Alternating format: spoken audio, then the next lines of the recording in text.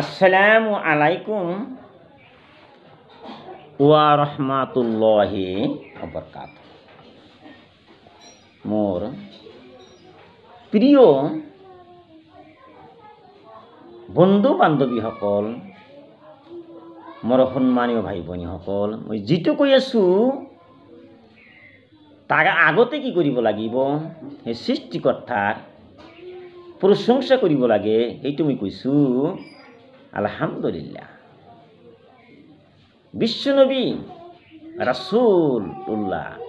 ৰাসূলুল্লাহ মুহাম্মদ যিটো আমি পাইছোঁ যে বিশ্বৰ পয়গাম্বৰ নবী, শ্ৰেষ্ঠ নবী, তেখেতৰ ওপৰত দৰুদ শৰীফ পঢ়িব লাগে সাল্লাল্লাহু আলাইহি ওয়াসাল্লাম।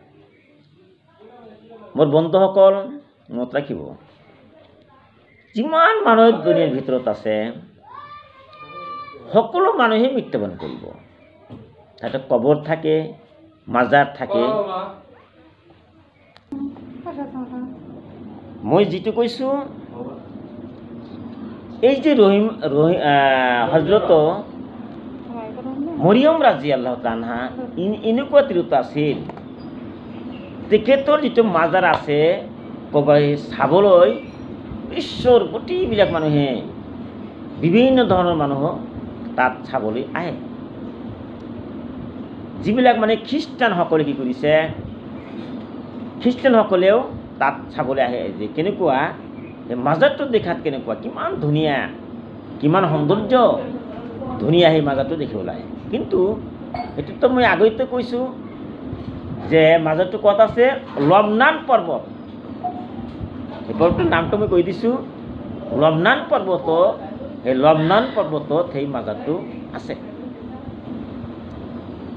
যেতিয়া আপোনালোকে কিতাপ পত্ৰ অধ্যয়ন কৰিব তাত চাব, লবনান পৰ্বত নামে আছে ঠাই, তাতে সেই মাজাৰটো আছে।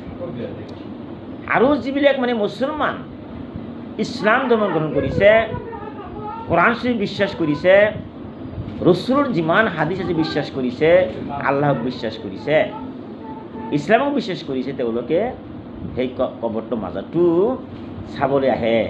আৰু 2 ৰাকাত নামাজ তাত পঢ়ে। পঢ়াৰ পিছত কি কৰে? কবৰটো চুম্বন কৰে, সন্মান কৰে। গতিকে ইয়াৰ পৰা আমি বুজিব পাৰিলোঁ যে মৰিয়ম যিটো তিৰোতা আছিল, খুব সন্মানীয়, যে সেই আল্লাহৰ প্ৰেমিক, ভাল পোৱা মহিলা আছিলে। আৰু সেই মৰিয়মৰ কথা কোৱানত আছে। গতিকে মই অলপখিনিৰ ভিতৰত মই বক্তব্য সামৰি মাৰিলোঁ। যিমান ভিডিঅ'টো আপোনালোকে ভাল পাইছে, যে আপোনালোকে ভাল পাইছে তেনেকৈ কি কৰিব? শ্বেয়াৰ কৰি দিব। গোটেই পৃথিৱীৰ মানুহে যে জানিব পাৰে, শ্বেয়াৰ কৰি দিব, কমেণ্ট কৰি দিব আৰু লাইক দিব ইত্যাদি। খৈৰু দাৱানা আনিল হামদুলিল্লাহি ৰাব্বিল আলামিন।